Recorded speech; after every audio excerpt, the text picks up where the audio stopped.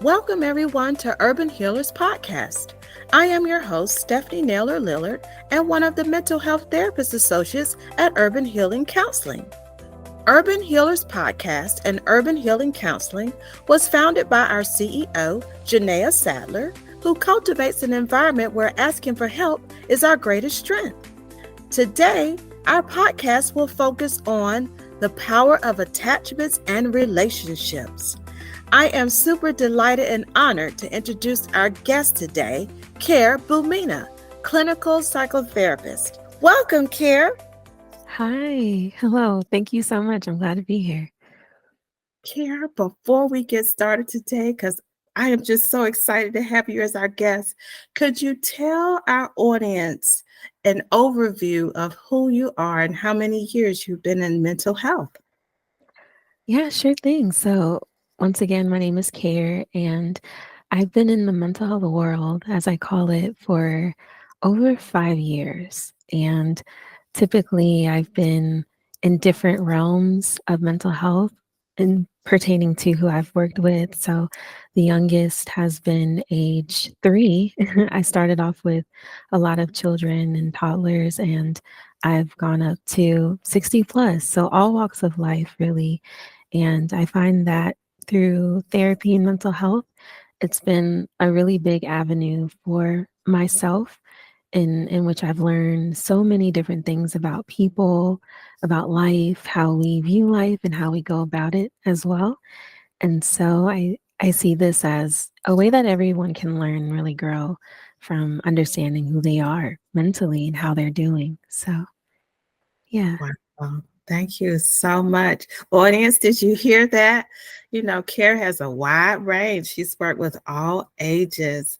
And we are just it's just amazing to have such a colleague like her. And so, what we're going to focus on today, we're going to talk about attachments. And when Care and I had a preliminary discussion about attachments, she enlightened me on ways that we attach to things and how that impacts our behaviors and our thought process. Mhm. And so today, we're going to talk about all levels of attachment. So I'm just so excited and happy. You probably will hear that throughout the podcast today.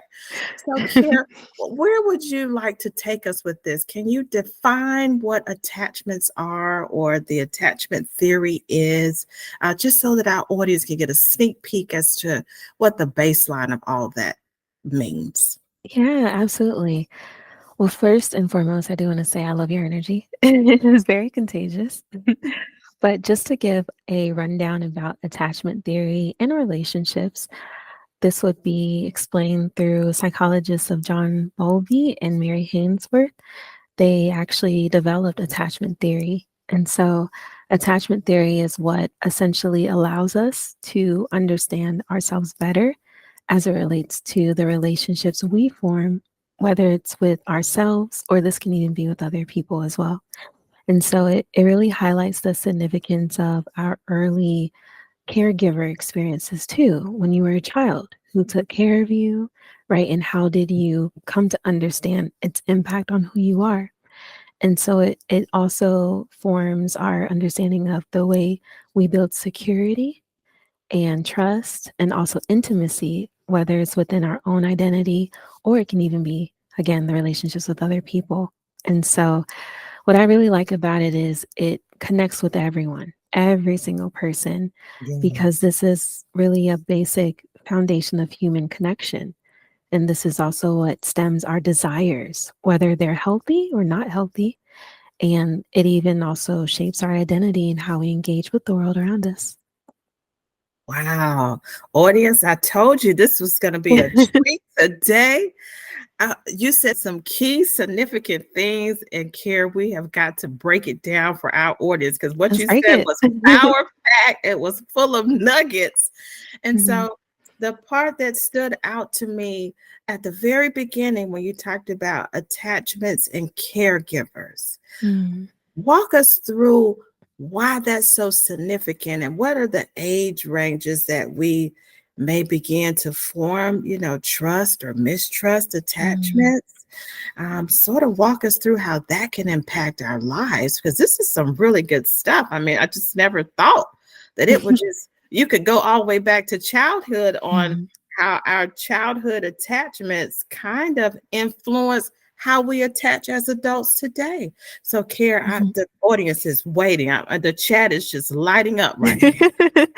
Absolutely, absolutely. So you asked 2 questions I can gander on. So one of them is how young or what age do you tend to see attachments and this relational build begin? And the age would actually be as young as a newborn, a toddler, a Um, little baby, right? An infant. And so essentially there's the idea of how we come to understand and learn about relationships through our parents, or it can even be whoever took care of you as a child. And so at that young age, even if you're not able to speak verbally, right, or really communicate in complex ways, you're still picking up on different signals and different behaviors that essentially is teaching you how can I relate with other people around me, right? And so these things, they end up developing further and further as you get older, right? And so when it comes to attachment with our caregivers, as the second question, it's really coming from a place of how no matter who your caregiver is, they have some sort of power to even influence you at that young age. Some even say that the first relationship that you have ever developed, which also holds the foundation of future relationships, is the relationship with your caregiver that you've developed at a young age. And so that is why it really follows you throughout your life, and it can grow and change, right? It doesn't always stay the same. And so it really depends on the context. wow. So, in terms of caregiver, do you mean like from parents or grandparents or extended family members, or Mhm, those who give care maybe from a systematic perspective? Because we have a lot of childhood placement agencies mhm, that do place kids in different spaces and places. You know, mhm, can you sort of talk to us about how having trust helps us to build secure attachments if we built it properly, as you just said, from the infancy stage? Like, walk mhm. us through that piece. Right, right. So trust is a big thing, right? I'm sure we all can relate to just the word trust, or even the question of who do you trust, Right. right? Like who comes to your mind? Who are those people around you, or who is that person around you that you really, really trust? Mhm. And then a similar question can also be who around you do you distrust, right? When you think about that, who do you have difficulty, having that trust for? And so, essentially, as a child, when you are learning about the world and what's around you, even as you get older, you're still learning and picking up a lot of different information, whether it's I'm going to school now, or Mhm. I'm spending more time outside of home and spending time with my peers, right? Different things that we learn can either enhance or dehance our trust, right? And so, this trust can be also transpired into the relationships that we desire or we gear towards, or even how we may trust or not trust ourselves too. And so, a good example of this is, let's say you have a baby Mhm. and they're growing up with two parents. And let's say that whenever this child cries, their parents are not readily available, right? And Right. so this cry is essentially a cry for help. We know that many babies, they cry because they need something. But when there are situations where, let's say, this baby does not receive that comfort or that empathy or that care, they can even learn at that age that, okay, I can't trust people, right? Or maybe Right. they may grow a bit insecure that, can I really receive my needs? And so, as an adult, something that can even form from this experience could be, can I really trust people? Right. Or Right. do I feel worthy of receiving that love and help from others?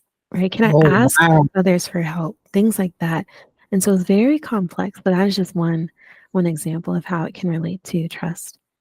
Wow. I told you, audience, she just knows how to add these layers. And I want to unpack one of them she just mentioned, Yeah. which is impactful, and it's exciting to sort of give voice and talk about these things, because sometimes we're emotional beings and may not know the right emotions to sort of discuss or display, Mhm. because we may be unregulated in our emotions due to the trust, mistrust, or the way we have learned to attach or Mhm. detach, right? Mm, mhm. So you brought up something that was key critical just now when you were like, are we worthy? Audience, did you even know that attachments can sometimes have us question our worth? And we didn't grow up in a secure or an attached environment, where we, felt secure and safe. Right, right. So Kara, this is wow, Kara, this is some deep stuff. Audience, we're going deep today. Kara, can Yeah. you can you walk us through how we connect or find a baseline for uh, feeling worthy or feeling unworthy, Mm, and how that's connected to attachment? I mean, yeah.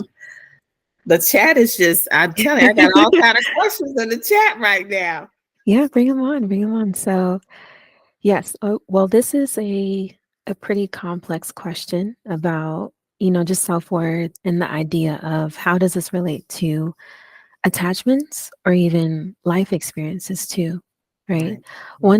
One important thing to take note of is even if you lived in a household where perhaps you did receive the care that you needed and you did form a sense of security in your Right. attachment to your caregivers, there can still be some experiences in which it may falter or shift, especially with even your interactions with the outer world. And Mm, so oftentimes, a lot of what I see is there's a certain culture that you grow up in within your home. And then once you become able to go to school, right, and communicate and create relationships with other people, then there's a new dynamic that's introduced to your life. okay. And oftentimes we learn about different things, whether they're good or bad, from school Okay. and that sort of thing. And so even with relationships, right? You can still grow up in a secure household, but let's say you end up in a relationship with another person that didn't, right? And so they have different upbringing experiences that may influence how they are. And a lot of our interactions with these matters in the world can also enhance or shift our attachment as well.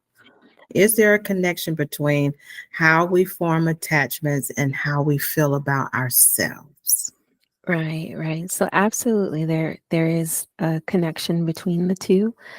Because when you are in a place where, let's say, you grew up with this idea of, I am unsure if I can receive all of the things that I need, right? Or I Mhm. am unsure if I can be accepted by other people, or I am unsure if I'm able to even please other people.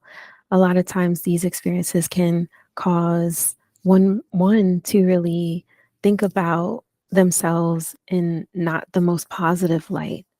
And so when it comes to attachment, there's a saying of how you attach the people around you based upon who you are on the inside.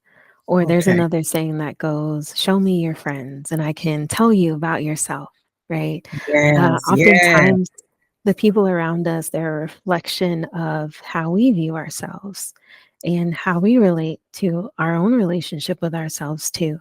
And so many times in attachment styles, even within therapy, some of those that I may speak with, there can sometimes be a trend of attracting people that are not the most ideal, partner, where I'm not being treated for my worth, right? I'm being belittled or put down, right? Or I'm being emotionally or verbally abused, that sort of thing.